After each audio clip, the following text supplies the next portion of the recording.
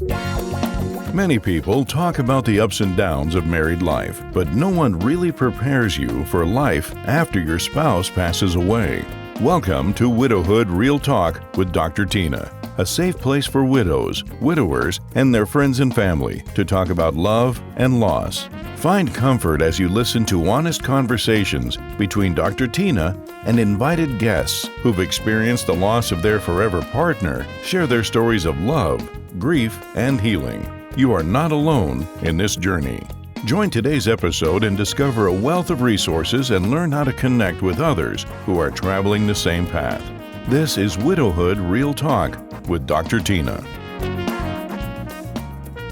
Welcome back to Widowhood Real Talk with Tina. Our conversation today with Kelly is going to open your mind to the idea you don't have to stay stuck at the moment the person you love died. Hear me again. Sometimes your memories, sometimes what you're thinking has kept you in the place and the moment in which they died. The memories of the love and the experience and everything you have are so hard to reach. This conversation with Kelly is going to empower you to think beyond that moment and what is possible for you. Let's get into this discussion now. Hello, Kelly. Welcome to the Widowhood. Hi, thank you so much for having me. Thank you for having me to the Widowhood. Like, what's the backstory? Like, when you think about it really deep, what comes to mind? About widowhood? Mm-hmm. Well, a lot of my clients, that's what I think about. I think about what I've witnessed with them, what I've seen them go through, but also the transformations that I've seen with them, the growth I've seen in them, and just, the ups and downs of grief. It is not linear, it's not predictable, and it's a bit of a hot mess. That is true. I'd like to start going from there. Let's start with your story and your personal experience as it relates to grief. Yeah. So my mom died when I was 14. She died from breast cancer, and I was struggling a great deal after that. My dad and my sisters moved out shortly after my mom died, so it was just him and I. And my dad was an alcoholic at the time, so things were not good at home. My mom did it all. My dad just worked, and so I really didn't have a relationship with my dad, to be completely honest. But the good news is my dad recognized I was having a hard time, and he basically forced me to go to a hospice grief group for teens. And the way he got me there was I went to an all-girls Catholic high school, and 15 years old, being a little boy crazy. And so... Ain't last, that's all it takes. So all it took was him saying there'd be boys at the group. And that's what got me to go. But I walked into that room and my life changed. And I met an amazing social worker. I knew I wasn't alone in my grief anymore. And that's how I had felt up until that point. And so doing work with the hospice social worker and then also doing a lot of family counseling with my dad. My dad did get sober. I actually threatened to run away and told him if he didn't get sober, that's what I was going to do. And I was very determined to do that. And he did. He didn't get into AA for about 2 years after that, but he did. And my dad died about a year and a half ago.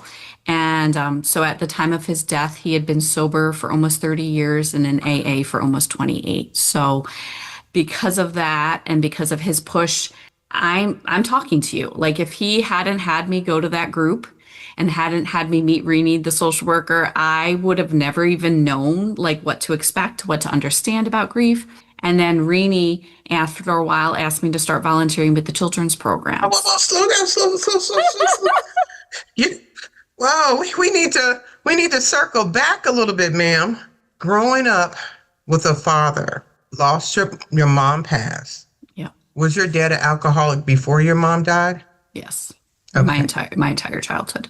That's something to grieve along with everything else. Yeah, absolutely. Absolutely. I think when I talk with my sisters about it, they were 7 and 9 years older. The oldest, I think, has the most memories. My mom, I think, sheltered me from a lot. And I think I was still young enough that I didn't maybe realize what was it all. There were some memories that I've worked on in therapy, and I'm grateful I have, because they were difficult and hard, and especially like the last Christmas with my mom. My dad was really drunk, and there was a situation with the Christmas tree, and it was something that always like ate at me and bothered me. And so when I got trained in EMDR, I was like, I'm going to work on this memory. And I did. And it really, I'm grateful I did that work because I was able to have a very different relationship with my dad because of doing that work. Thank you. You mentioned EMDR. Can you share a little bit? I don't want to make an assumption that anyone listening to this conversation knows different acronyms, modalities, and things. I want to always make sure we slow down and unpack them. Absolutely. So EMDR is eye movement desensitization and reprocessing. It's kind of like the gold standard of trauma therapy. It's been around since the early 1990s. Francine Shapiro developed it, and it uses bilateral eye movements to help you reprocess traumatic events. Now it's been expanded. Now it's used for so many different things, but it's something that at the core of my clinical work I do is something I use on a pretty regular basis for people to help them reprocess some of the traumatic events, especially the death scene that people can get really caught up on. Thank you. For a person listening to this conversation and they think, well, children and their parents being alcoholic, that's just something you deal with, and the child will grow up and they'll be fine, and it's not a lot to pay attention to them. What would you share with them? Well, there's a study called Adverse Childhood Experiences. And if you look at that study and what it does long term for children, right? And one of them is to have a parent who is an alcoholic. It can have long-term health consequences, actually. It can also have a long-term mental health consequences. And so, we always say that children are resilient. But I like to challenge that because I'm in an office with like 10 other therapists. We all share a space. We all are individual practitioners. And the reality is all of us have individuals we're working with, adults, who are processing childhood traumas. So if they were so resilient, I'm not so sure all of us would have the caseloads that we do, right? And so I think people think that kids are doing okay. Kids respond very differently, right? Especially with grief. Children grieve differently than adults. They grieve through their play. They re-grieve at every developmental stage. You may think that they're okay. Doesn't mean they necessarily are. And so, it is important to do the work. I think, if these things are coming up sometimes, because of events that we go through in childhood, it impacts our relationships with other people, especially with our partner, impacts our attachment styles, and the way we show up in the world.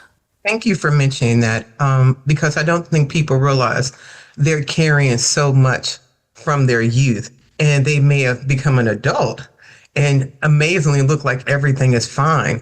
But when life starts to crumble, and working with someone mental health, you're unpacking all the way back to the root of the item, not just what is being presented at this point. Exactly. And I think, especially when it comes to widows, sometimes if people didn't have the best childhood and they didn't have a safe person, and then they meet a spouse and that person is that safe person to them, that helps them regulate their nervous system, right? It can keep them grounded. It can keep them balanced. And then when they die and that safe person dies, the world feels so different. Their nervous system is dysregulated. That's why, I hear so many times with widows, I don't have that person to talk to at the end of the day. I don't have that person that could help calm me down and knew what just to say, right? And then their nervous system is dysregulated. And that's why they have trouble sleeping. That's why they maybe can't get out of bed. That's why they're maybe having trouble, just being able to move their bodies. Mm. When you think of everything you know now and looking back at Kelly when her mom passed, how did that impact your life at that moment? In every which way. I mean, I wouldn't be talking to you today if that hadn't happened. And it gave me a view of loss. And I think, it's obviously why I became a social worker, why I got into this field, and to see the growth that I've had since that time. And what I think really came up for me was when my dad died a year and a half ago. Here I am, a grief counselor. I'm doing this work. I'm meeting with clients all day long. Have all the answers. Exactly, right? And then my dad died pretty quickly and suddenly. And, he was older. My dad was much older than he was 9 years older than my mom, but He was 46 when he had me. He actually, when he Oh, went to go okay. pick up the cake for my baptism, they asked if it was for his granddaughter. So that's No. exactly. And so I always kind of knew that this was going to come, but we celebrated his 90th birthday. He was in great shape. And 3 months later, just declined real quick. And so being able to be in this field and grieving a new loss as an adult and another parent, it really shined a spotlight on what it was like for me as a teen. And I honestly did a lot of regrieving my mom's death after my dad died. It brought up a lot of those memories and about the relationship I had with my mom, and also changed my view. I've always said I'm in this field because my mom died, but it's really because my dad made me go to that hospice grief group. So my dad has just as much of an impact in why I'm doing the work I'm doing. It's so interesting. Your dad was aware enough to save you. He may have not at that moment had the strength to save himself, but he was aware his daughter was in danger. He was aware he could not do it, and he sought out what you needed to make sure you were okay. Exactly. That's a lot for men are often, and not everyone, but men are primarily protectors, guarders, want to have the answers, solve things. So he did all of those things, even though he could not do them for himself. That sounds like one of the greatest expressions of love Yeah, that I could think of. I Have you agree. ever thought of it that way? Yeah, I do. It's amazing to me. I mean, he was also in a hospice grief group, and so it's when I think about my dad and who he was, it kind of amazes me that he did push us in that direction to, to do the counseling and all, because up until that point, I don't think I knew anybody in counseling or I anything. mean, like, what year is this you're talking about? My This dad, is my mom died in 94. okay. So even thinking about back then, it wasn't as well.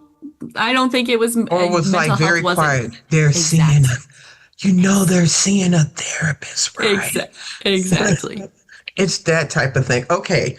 Now that you've shared some of you, I know you want to talk about the rest, the person that was impactful to you. And so now go ahead. I just wanted to go back to your story, because if we talk about everything else that happens, I think it's important for people to know your why and your motivation, because when you're saying, I want to connect with a therapist, and they go, what do you know about pain?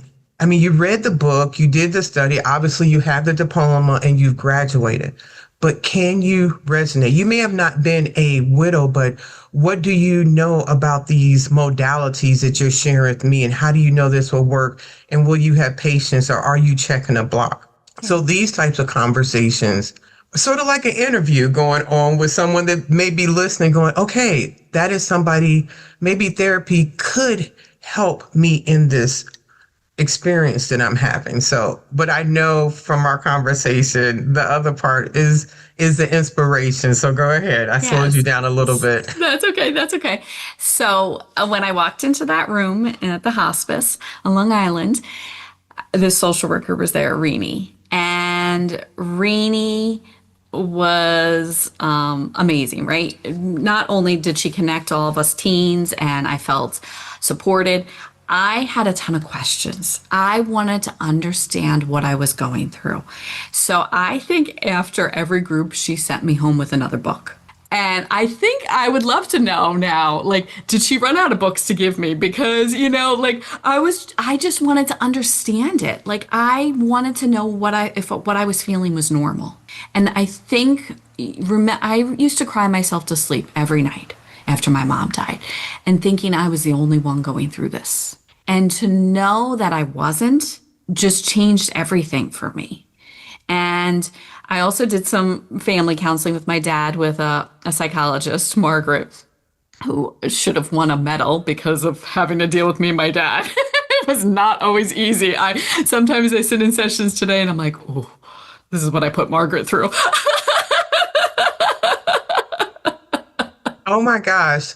I want to circle back to, I'm not sure if people really understand the power behind knowing I am not the only one going through this. So many times I speak with people and they go, well, I don't want to go to a therapist. I don't want to just cry in someone's office, or I don't want to sit around a lot of other people that are sharing their story and crying. They seem to minimize the power and what's going to happen in those scenarios. One may cry, yes, but it's not a crying fest. There is so much more. Could you speak to the person that has turned down the idea of a group or seeing a therapist because they have minimized what the interaction would bring for them? Yeah. So I think, my personal opinion, I think sometimes group counseling is even more effective than individual because of that connection, because of knowing that people get it. And especially like niche specific, like I love doing groups that are like my young widows group. So that it's very specific, similar types of loss experiences, right? So they can connect, because unfortunately sometimes we compare our grief, right? My grief is worse than theirs, blah, blah, blah, blah, blah. Even though we say not to do that, it happens in grief groups You all the say time. grief, you're talking about someone that's grieving a parental loss versus a spouse loss or a child loss. So, Exactly. okay. Exactly. And so I think what happens in grief groups, when you're able to come together, you may not want to talk and you don't have to. Sometimes it's just listening. You can get just as much out of a grief group by listening as you can by sharing. And so for those people that are like, oh, I can't talk in front of a group, you don't have to. Like I have one woman I work with. She's like, the first group, I don't remember any of it. She's like, I think all I did was cry. She's like, I don't think I said anything. And then she's like, and then the second time I went through it again, and it was like I took away different pieces. And she's like, and every time I do it, I take away different pieces and I learn new things. But what I think is so powerful is people assume that what they're feeling is not normal, right? Oh my gosh, I think I have dementia. Like I can't remember anything, Kelly. Like what's going on? And I'm like, well, that's your grieving brain. Let's talk about that and normalize that. And then they're like, oh, and then they'll share that in a group and they'll be like, and they always say, I'm going to say something crazy, but right? That's how they always start it. And then the entire room shakes their head and nods in agreement. Like, yes, I totally understand. I get that, right? Mind blown, right? But it validates them and it helps them understand that what they're feeling is normal. When people talk about their family and friends not showing up the way they used to, right? They have that validation like, oh, it's not just me. And then they connect on ways that I think, I love individual counseling. And I think there's a definite, obviously my practice is built on that, right? But I think for somebody to be able to sit next to somebody and get it is so powerful. And what I'm always amazed by is a lot of my clients are in individual and group with me. So they'll go to a group, they'll hear other people's stories, and then they'll come in and be like, oh, that was so hard to listen to. I felt so awful for that person. It just makes me so sad. And then that same person they're talking about will come in and say the same thing about them. Right? Like, oh, their story really got to me. Oh, and it changes their perspective of loss. I think sometimes when we're grieving, we have like this tunnel focus. We're so narrow minded. We're focusing on what we're experiencing.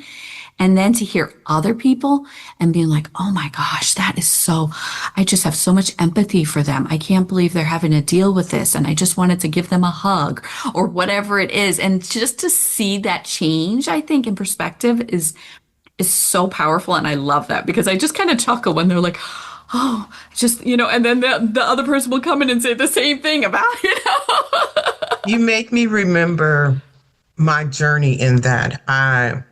The therapist I originally met with, I can't remember the timeline, but the beginning, it was just her and I. And then she introduced me into a small group with other widows. And I remember one being a year out, different timelines. I was the newest widow, and I felt like they're just sitting there talking about this and just having conversations. And I said, Mark, and just all over but hearing them speak about different things in that process gave me the sense of going, this is what it looks like. And similar to yourself, I was devouring books. I wanted to understand because I thought grief was just being sad and then you wouldn't be sad for a while, not understanding how it impacts your mind, how it impacts your body, all the other different things. And then our children having that didn't change, make it not happen, but understanding this is part of the process sort of allowed me to relax and give myself to it instead of trying to fight it. Exactly, exactly. And also, I think probably giving you hope, like being able to see them talk about it and, Right. and seeing where they're at and, how they're maybe able to move forward with love rather than that pain. I think it gives hope to people and it helps them understand. And I think there's such power for, and I also think, obviously, I'm a big believer in individual. I think there's a need for individual counseling too, especially if the death was traumatic, because you need to work through that trauma. So when you say traumatic, somebody will go, they died, that's traumatic. When you're saying in this context, what is that? What type of death are you referring to? Suicide or just what traumatic means to the individual? Exactly. And that's going to be different, right? My dad, I put him into a hospice house, and 12 hours later he died, right? Okay. I knew that this was what was happening, right? I was prepared. His final moments were not peaceful. It was not a good death. Okay. It was scary and hard, and it was traumatic to me. Okay. And so that, people may think, okay, they were dying. We knew we had this anticipatory grief. It doesn't mean that always those final moments are going to be peaceful, right? But yes, obviously, if there's a suicide, an overdose loss, I think it's about how is it for you? Is it traumatic? We all have in the world, in the social work world, right? In the therapy world, we always talk about little T's and big T's, little traumas and big traumas. And what may be a little trauma for me could be a big trauma for you and vice versa. So it's all about how you perceive it and how your outlook and how it impacts you, right? For me, my dad died in Florida. After he died, I wound up going to the assisted living where he had only been for a month. I grabbed some stuff, got it out of there, and I was like, what am I doing down here? I can't be down here by myself. Like, this is not, I have to go home. My sister found me a flight. I was on a flight, not even 10 hours after my dad died. I was like, I just want to be home. I started having flashbacks on that plane that night of my dad's final moments. And that's when I knew, this is not happening. I am going to see somebody. I saw somebody the very next morning and I processed that. And those are not the way I think about my dad today. The ability to not be captured, haunted, stuck in only of the memories of their death is important. Absolutely. It blocks the ability to remember of the years of everything else. Absolutely. Some people feel like that's what grief is supposed to be. I'm supposed to be stuck right here and only remember that. That's what society has taught me. I am now supposed to be in this place, shrouded with all of only this. What would you say to the person that's hearing this and going, I may not have to be only, what are you talking about? I had a woman. She came in, her son died from suicide. She found him. She said to me not too long, and I could get emotional thinking about this. She said, I never thought that wouldn't be the image that always came to my mind. I always thought that that's what I was going to focus on. And she said, because of the work we do, that's not the way I remember him. People don't have to stay stuck with that. Unfortunately, the way our brain works, it's like Velcro to the bad, right? And Teflon to the good, right? Like, let's not remember the good, right? And so we get stuck on that death scene. That is our brain, right? It is the way our brain works. As wonderful as it is really out-programmed, right? We're like on the first computers, right? Thinking about upgrade. We need to be upgraded, our brain. We don't have to stay stuck on that death scene, on that ending. Somebody's life. This woman, her son was 19 years old. She had 19 years with him, but it was going to be on that ending, right? So now she's been able to shift that focus from that ending to those 19 years with him. What about the person that says, am I honoring them if I don't stay right there? I think honoring them is celebrating their life and remembering the good and keeping that connection and the positive memories and what we learned from them and how we grew from them, right? I didn't want to stay stuck on those last moments. My dad lived 90 years. I had 46 years of my life with him, right? I was really lucky. I did not want to, that was not how I wanted to remember him. I wanted to remember the good. I wanted to remember us, him and his storytelling and us going out to eat to his favorite restaurants and him, spilling food all over his shirts or spilling a drink. Every restaurant we went to, we always spilled a drink. So those are the things that I'd rather remember. That is beautiful. When you talk about the work that you do, can you explain some of that powerful and meaningful work that you do that allows someone to see more of what this person they love than being stuck in those final moments? That's just a blip of the relationship they had with them. So now at my point in my career, I'm trained in a lot of different trauma modalities. And so I tend to do it probably earlier than most therapists.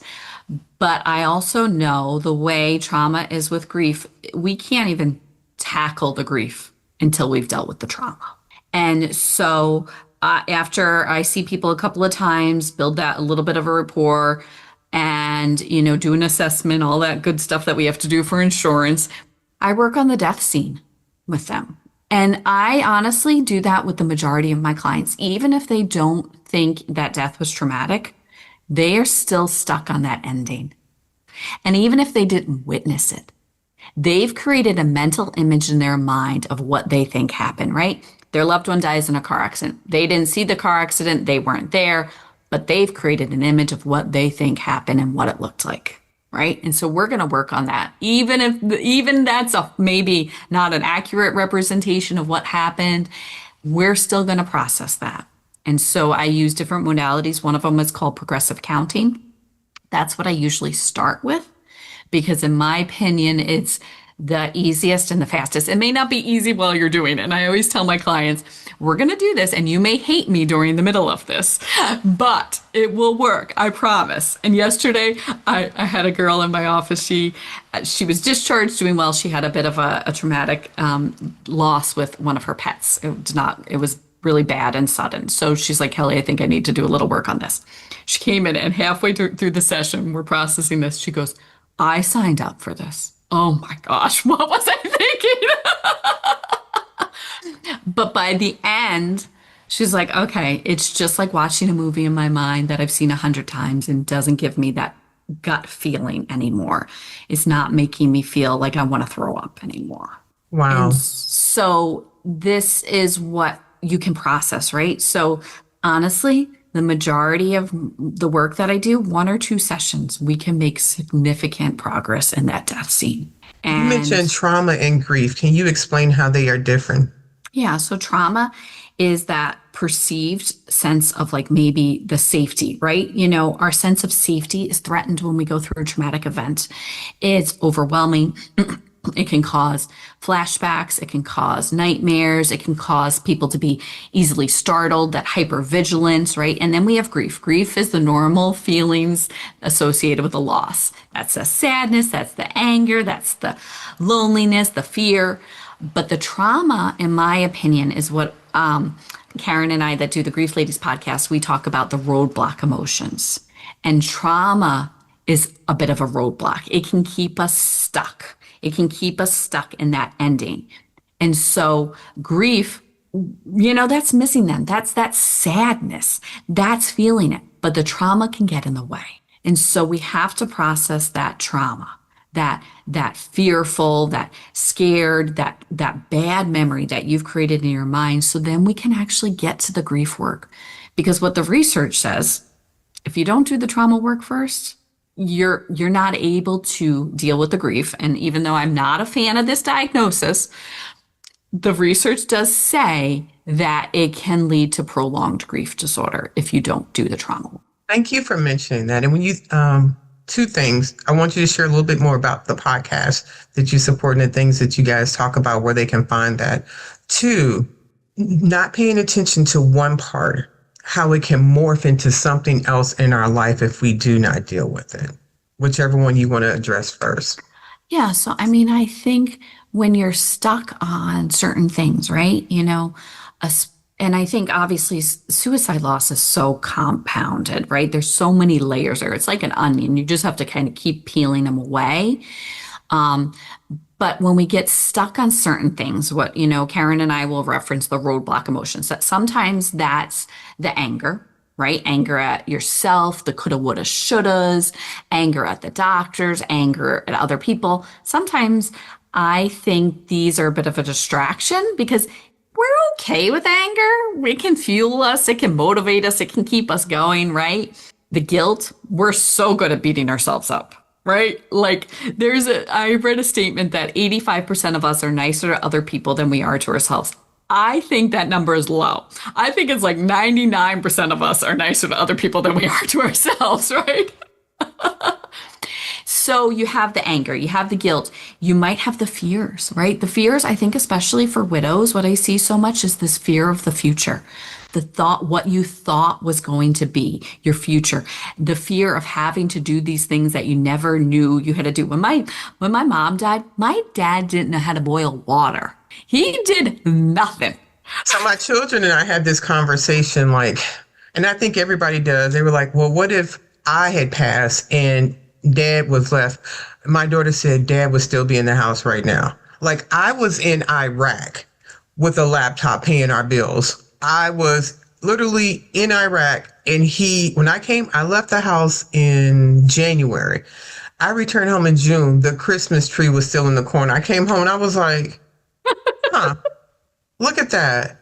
Dust on it. I was like, don't say anything. The kids are alive, and he made it work. But I was just like, so it's interesting. And you probably know this more than myself, that women make the home most of the time. Women, we're better knitting in community. We hover in groups. So men may isolate more, and that netting of community for women has a way of helping us, where men handle that differently. The grief and all those things come together. Not all men and not all women, just statistically speaking, that has an impact on it. Yeah, I mean, my parents had the traditional, my dad was the worker, my mom was the caregiver, the caretaker. I stayed home for quite a bit of time too, yes. And so she did everything. I mean, right. I say that I think we ate at Wendy's every night for a year after my mom died. Yeah. Because he didn't know how to cook. And so now how that type of food, that environment, the shift in your life, and all of those things are now relating that to widows. Okay, you've went from maybe your children are adults, or maybe you didn't have children. The person you're cooking for is no longer there. Just trying to say I'm going to cook a meal and it's for myself. Mm-hmm. Every aspect of your life is different. Exactly. People are like, I'm not going to make a crock pot meal for just me now. What, I'm going to eat that for 2 weeks. I don't exactly. want People are like, now I just eat cereal for dinner every night because I don't want to cook, right? I cannot count the amount of bags of popcorn I just ate for dinner because I was like, okay, it's just me. Mm-hmm. So exactly. Tell us about your podcast. Yeah. So a few years ago, I led a collaborative grief book called The Grief Experience, Tools for Acceptance, Resilience, and Connection. And there was 25 of us that wrote it together, much more manageable than doing a book on your own. And he who just finished, and I'll have to share with you about my book. And yeah. Yes, absolutely. So I had to find 24 authors to help me write this book. And so some of them I knew, some, they'll tell you like, I didn't want to do it, but Kelly twisted my arm. But I had to put it out there. So I put it out on social media, on LinkedIn, and Karen Arnold, she owns Grief Uncommon. And she said she literally joined a Facebook group the day before. And then I posted the next day about the book. And she's like, this is what I've always wanted to do. So she reached out to me. We had a Zoom call. We both worked at hospice throughout our career. So I think we already had that connection. And we just clicked. And so we wanted to continue to do things after the book came out. She came up for the book launch. And so I just love Karen. She's an amazing person. She's one of my grief friends, like somebody that I can talk to about grief that's been a good support to me since my dad died.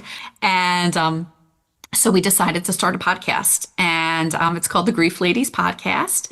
And we built a grief framework. It is based on the word grief. So grounding, really looking at like, are you eating? Are you sleeping? Are you moving your body? These things that are so important, especially in those early days of grief when you just don't want to get out of bed, and not eating popcorn, right, for dinner. And then rebuilding. So creating routines and structure, even if it's something small, like, whether it's going to your counselor once a week, right? Whether it's you're going to your group, these small things can help because things feel so out of control and so different. And so creating new routines. And then eyes interacting, which is about how do you deal with everybody when they stop showing up, when they say those stupid things, when, they look at you. Oh, you're still sad? It's it. And Why do they always have to have their head tilt when they do it? I call it the puppy dog look, right? Like, oh, all right. So how do you deal with the change in relationships? And then the E is evolving, and that's dealing with some of those roadblock emotions like the anger, the guilt, the fear, the jealousy, and also like how your self-esteem has changed, right? Like I don't know how to do this now. I don't know how to jumpstart a lawnmower, right? Like my husband always did that. So then you'd feel that lack of confidence. And then F is for finding. And I think F is multiple layers, right? Finding like, how do you move forward? And what we always say, moving forward with love rather than pain. And also finding who you are. Who am I now? This new identity.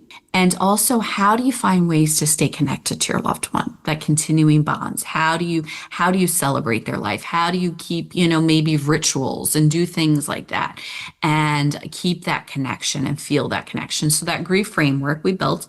And so each week of the podcast, we go over a different letter of the podcast with our different guests to kind of go through to look at what does it look like? How are we sleeping? We brought in a couple of sleep experts to talk about different modalities that may help because, what does our brain love to do at night? It loves to ruminate, right? And oh my gosh, I have to do this and why I don't have him for this or I don't have her, and that's so if we're not sleeping, everything's off. Absolutely.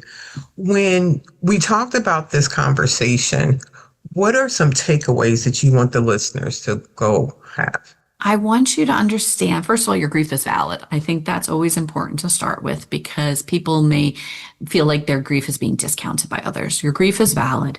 It's real. There is things that can help you, especially like if it was a traumatic loss, seek out counseling, somebody that is trained in traumatic grief. Not all grief counselors are trained in trauma. They may be trained in grief, but not necessarily trauma. So you want to seek out somebody that has those credentials and that is trained, in my opinion, an evidence-based model, something like EMDR that we talked about, progressive counting, accelerated resolution therapy, brain spotting. Those are all really good evidence-based things that I use, I've been through. I can tell you they work. And then so you don't get stuck on that end. So you can remember their life. You can remember the love and you can even sit with it and try to feel that and connect with that because it is possible. It's not easy. There is no timeline with grief. This isn't like you're going to be in 3 months, you're going to be there. It's going to be different for everybody, but there are people that can help you. You don't have to stay stuck on that ending. But I thought in a year I'm good. Yeah, right. Everyone's counting with me to the first year, and then why are we excited about this 1 year if It's not a timeline? Because the second year is harder than the first year for so many people. Can you talk about that? Yeah. So the first year, what you just said, right? Everybody remembers it. They connect, they check in with you the first Christmas, the first holiday season, the first birthday, right? Second year comes around. Most of that has stopped. Unless you have that good friend that put it in their phone, on their calendar and remembered, right? And the second year becomes the reality. This is my new normal and I don't like it. It has the grief fog changed. Absolutely. I think, it's interesting. I had this conversation with a medium. I was at a podcast event. And so we were chatting before the podcast. And she's like, Kelly, I see people at 8 or 9 months. Why do you think that is? That's when people reach out to me. And I said to her, I think it's because that's when some of the fog starts to lift, right? You don't remember anything for those first 6, 7 months, right? And then it varies for people, but I tend to think it's between 6 and 9 months, some of that grief brain, that fog starts to lift, and you're like, oh crap, this is real. And so I think they go to the medium because now they're like, oh, I want a message from them. I want to know what my sign is. I want to stay connected to them, right? And so then the second year, right? You've gotten through the first, you had all that anticipation, right? I think for the majority of my clients, not all, leading up to these days, these anniversaries is harder than the actual day. It's always that anticipation, right? And then there's some people have what I call the grief hangover. It's the day after, right? It hits them because they had all this anticipation and then it's like, oh, it's exhausting after. And then they've gotten through it. In the second year, this is your new norm. There's no more firsts. Right? The people, the support has changed. As much as I wish that wasn't the case, it is.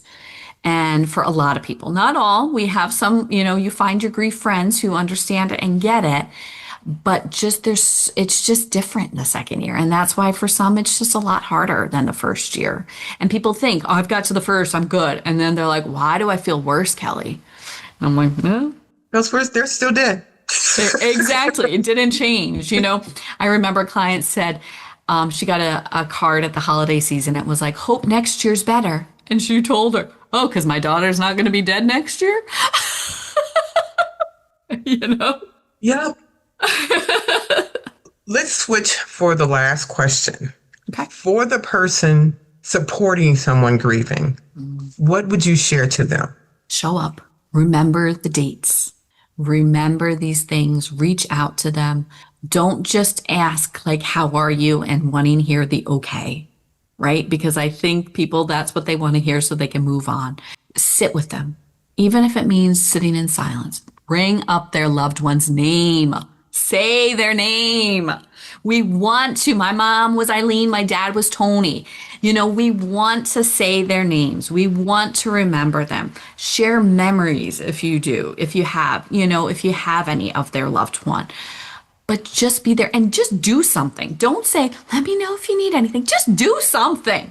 Their grass is getting to be 2 feet tall. Just go over there and mow that lawn. Show up. Just be there. And I had a friend when she became a widow, I would text her all the time. Half the time she never responded to my text messages, and I didn't need a response. I just wanted her to know that she was on my mind and I was thinking about her. People want to know they're not being forgotten. Invite them to things. They may say no to 100. Don't stop inviting them.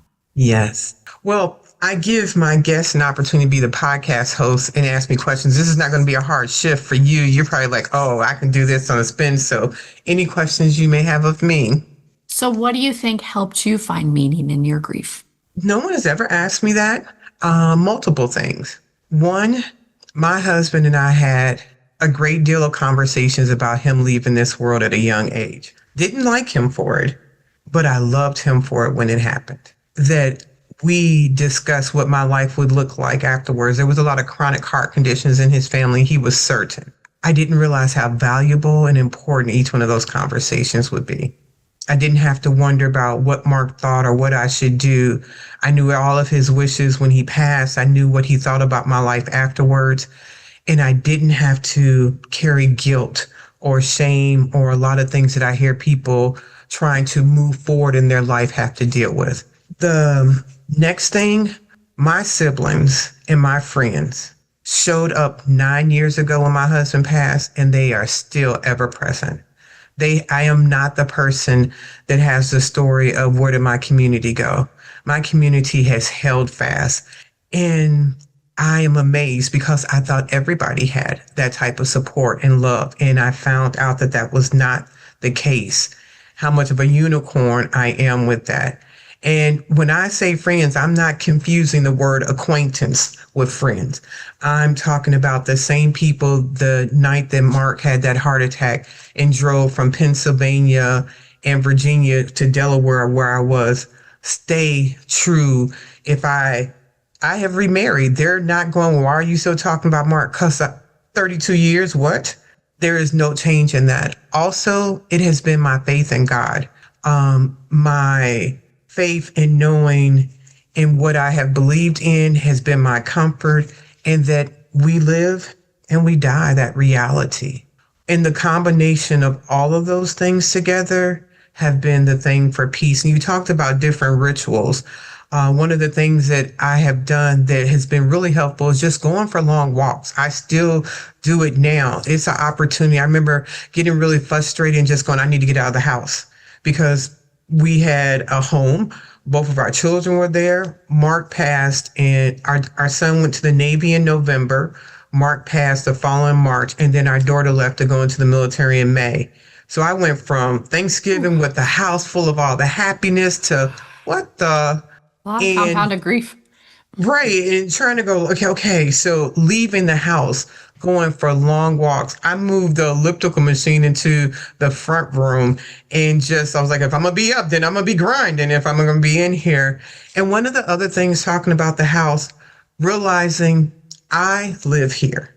Everybody else left. So I need to make it how I like it. Mm-hmm. And so Mark's recliner was right in the front room. So I come in, my brain says Mark should be in that recliner. I moved it to the basement. I wasn't ready to get rid of it, but that I started noticing how repurposing things in the house shifted my mind to see something different. Painting, moving the furniture around, changing one bedroom into something else, doing something, and all of that.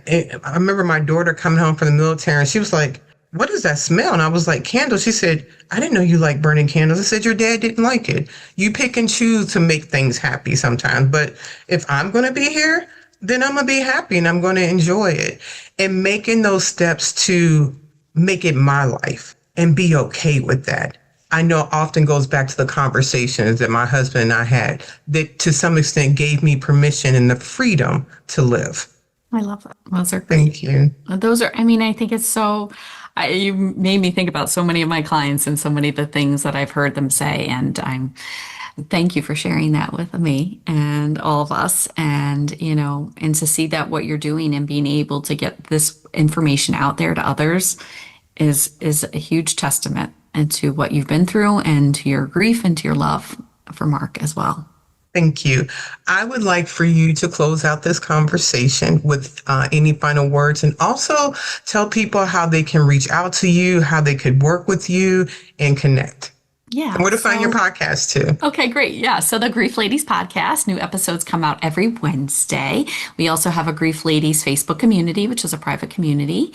We also offer free workshops from time to time. We are having a book come out. I'm sending it to the editor today. So I'm super excited about that. You can also check out the Grief Experience book. My website, kellydaugherty.com. That can kind of get you to everywhere. My private practice, as well as Center for Informed Grief, where I do a lot of trainings for therapists to help them become more grief informed, because there isn't enough of us out there.